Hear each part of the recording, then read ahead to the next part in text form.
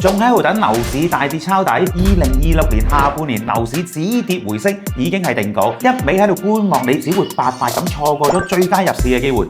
由3月份開始，一線城市嘅房價已經連續4個月環比上漲。6月2線城市結束下跌，價格持平；3線城市跌幅持續收窄，回暖信號一層接一層釋放。兩大核心成交信號最直觀。上海上半年二手房成交14.7萬套，同比上漲13%，創5年嚟嘅新高。房價更連續升咗5個月，核心嘅片區流動性全面激活啦。再睇翻全國30個重點城市商品房嘅去庫存化周期只剩翻23.9個月，成都、上海等城市不足20個月添。部分熱門嘅城市甚至乎唔使1年就可以消化晒現有嘅新房房源，新房庫存正式進入健康嘅周期。好多人淨係睇新開工、銷售面積下滑，誤以為市場持續萎縮，其實係土地供應逐年收緊。一旦需求釋放，核心嘅地段好快就會供不應求。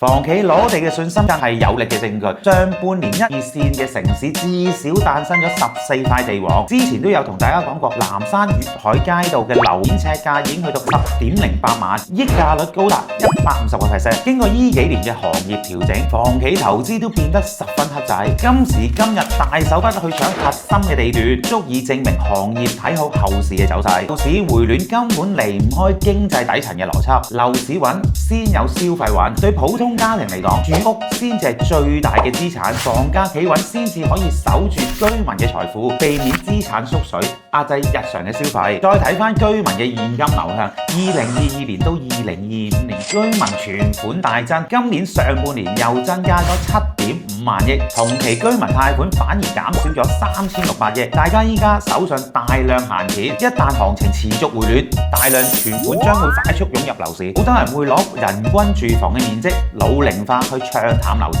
其實城鄉房源分布極度不均，通勤核心優質嘅住宅始終係稀缺嘅。我哋嘅城鎮套戶比1.09，比起美國1.1、日本嘅1.16仲要更低。核心城區樓價照樣穩步上升，郊區嘅度假屋同通勤核心地段剛需改善型嘅物業完全係兩回事。優質嘅地段、流通性強嘅物業永遠都係供不應求。